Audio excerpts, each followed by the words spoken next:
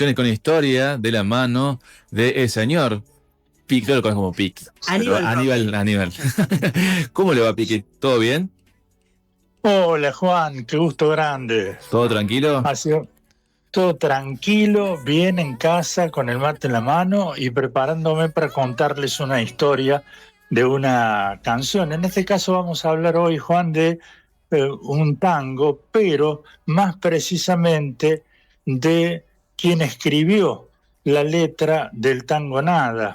Este tango le contamos a nuestros oyentes, le damos los buenos días a Patricia, nuestro operador, que gentilmente ha buscado quizá el tango, la grabación más escuchada de este tango.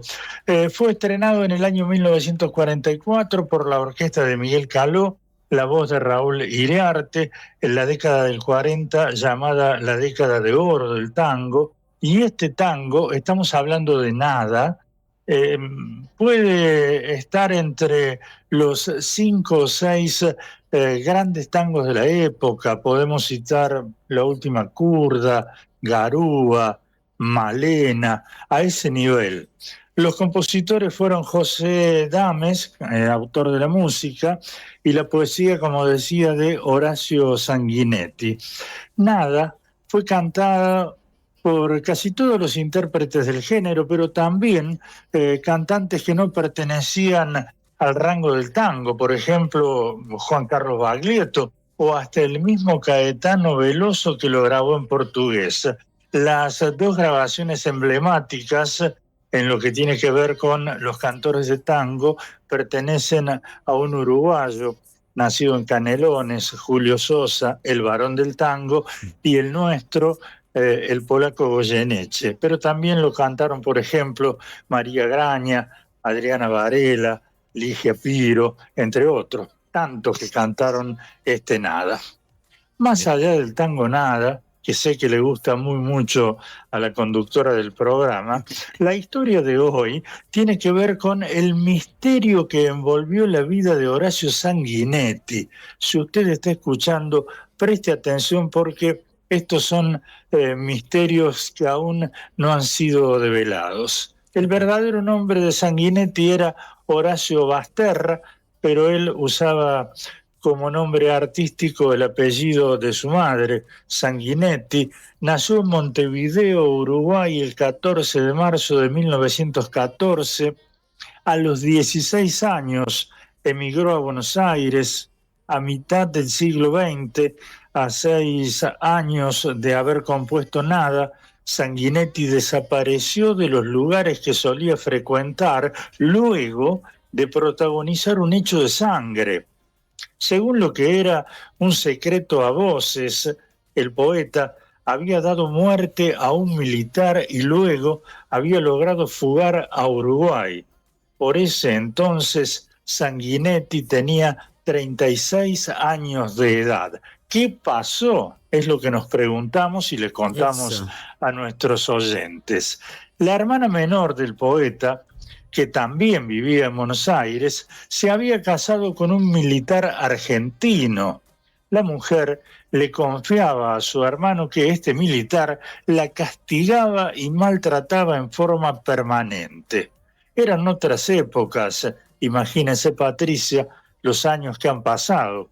Poco se hablaba de la violencia de género, y menos aún en las esferas militares.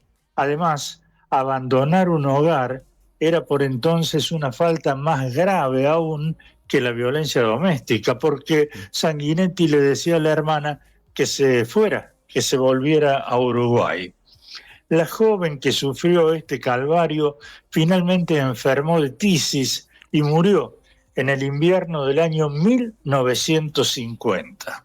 La muerte causó un profundo dolor al poeta, quien, borracho, porque en aquellos entonces, cuando se hacía un velorio, se llevaban adelante los velorios, gracias Patricia, se acostumbraba no solamente a tomar café o alguna gaseosa, sino que también bebidas alcohólicas.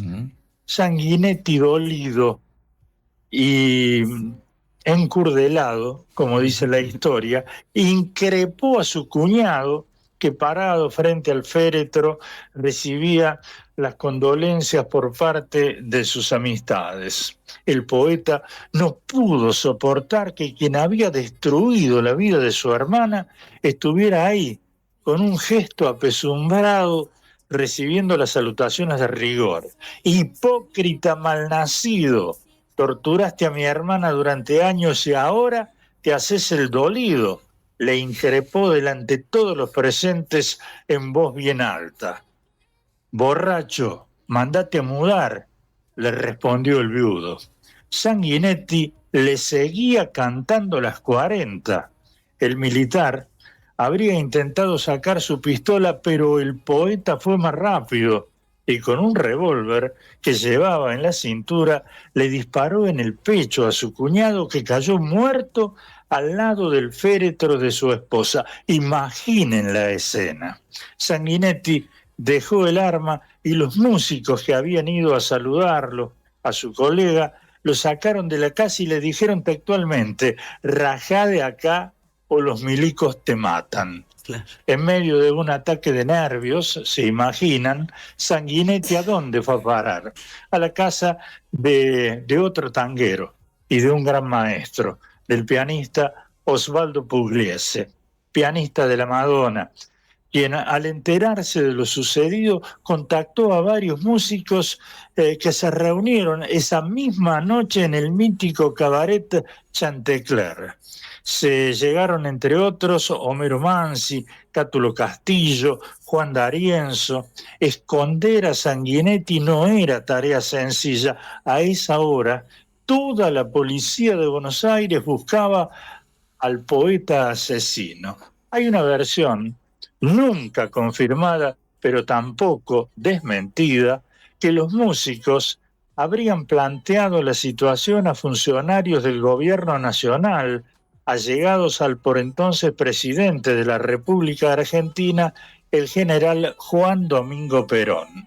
Al decir de esta hipótesis, Perón habría ordenado al comisario encargado de la investigación que suspendiera la búsqueda por 24 horas.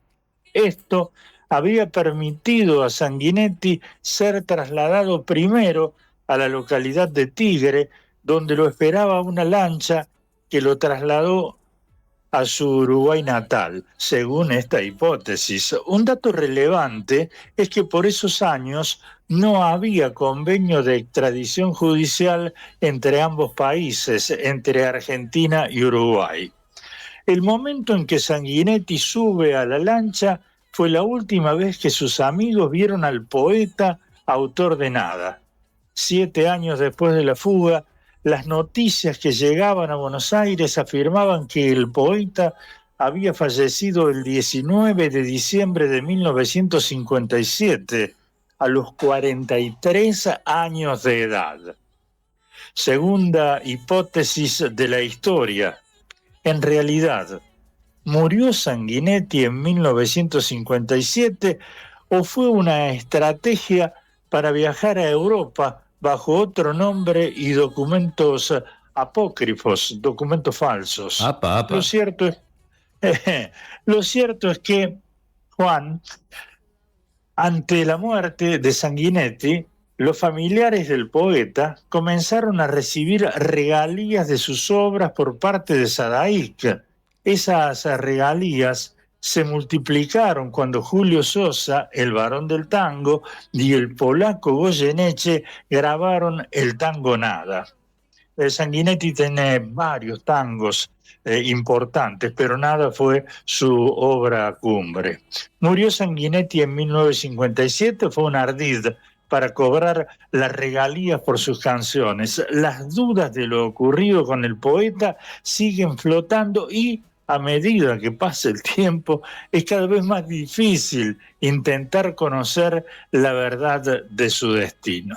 Hasta aquí la historia. Ahora viene la parte de la música. Creo que yo ya los cansé. Julio Sosa, el nacido en Canelones, Uruguay, conocido como el varón del tango, que murió en un trágico accidente automovilístico nos va a dejar la versión de nada. Les mando un abrazo grande. Ha sido un gusto reencontrarnos a través del éter. Juan, señora, va a ser un gusto tenerla en casa. Aldo, gracias por haber buscado a Julio Sosa. Un abrazo grande. Gracias, Piqui.